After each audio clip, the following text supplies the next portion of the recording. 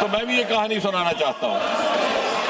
और ये कहानी है 21 जुलाई की। 21 जुलाई को नेता प्रतिपक्ष नामालूम क्या सोच करके और किस उम्मीद से जाकर के बैठ गए 7 LKM प्रधानमंत्री आवास के फाटक के बाहर। अब नामालूम क्या था मन में। अब मेरा विभाग ऐसा है जो शोध के साथ ताल्लुक रखता है।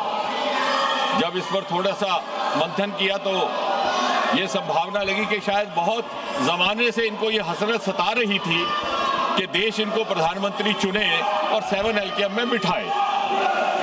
अब इनकी जब वो हसरत पूरी ना हुई तो निराशा और फ्रस्ट्रेशन से हताश होकर के वो प्रधानमंत्री आवास 7 LKM के दरवाजे पर जा बैठे।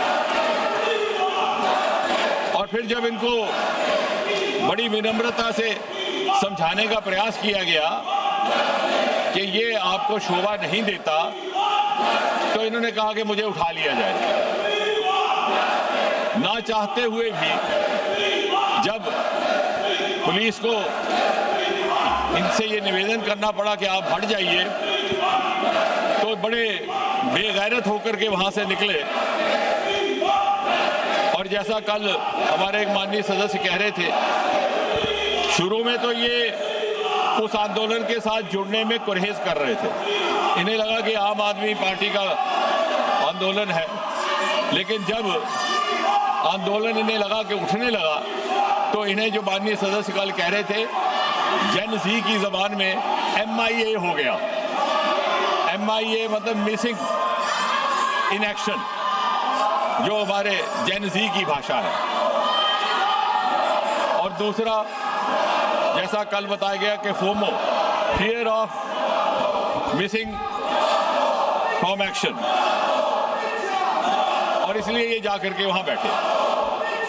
और फिर जब इन्हें उठाया गया तो जो इन्होंने दृश्य वहां पे दर्शाया अपने उठाए जाने का, तो क्या वो गालिब का शेर है कि बड़े बेगैरत होकर तेरे कूचे से हम निकले, बड़े बेआबरू होकर तेरे कूचे से हम निकले, बहुत निकले मेरे अरमान लेकिन फिर भी कम निकले। यानी वो जो दबे हुए अरमान हैं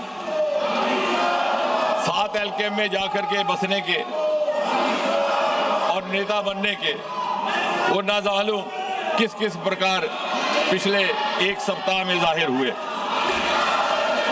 मैंने 40 से 45 हमारे वक्ता रहे, सबके सुझाव भी नोट किए, बड़े ध्यान से भी सुना। उसमें कुछ एक बातें ऐसी भी आई जो मुझे लगता है कि स्पष्ट करने लायक है। यहाँ पे ये बताया गया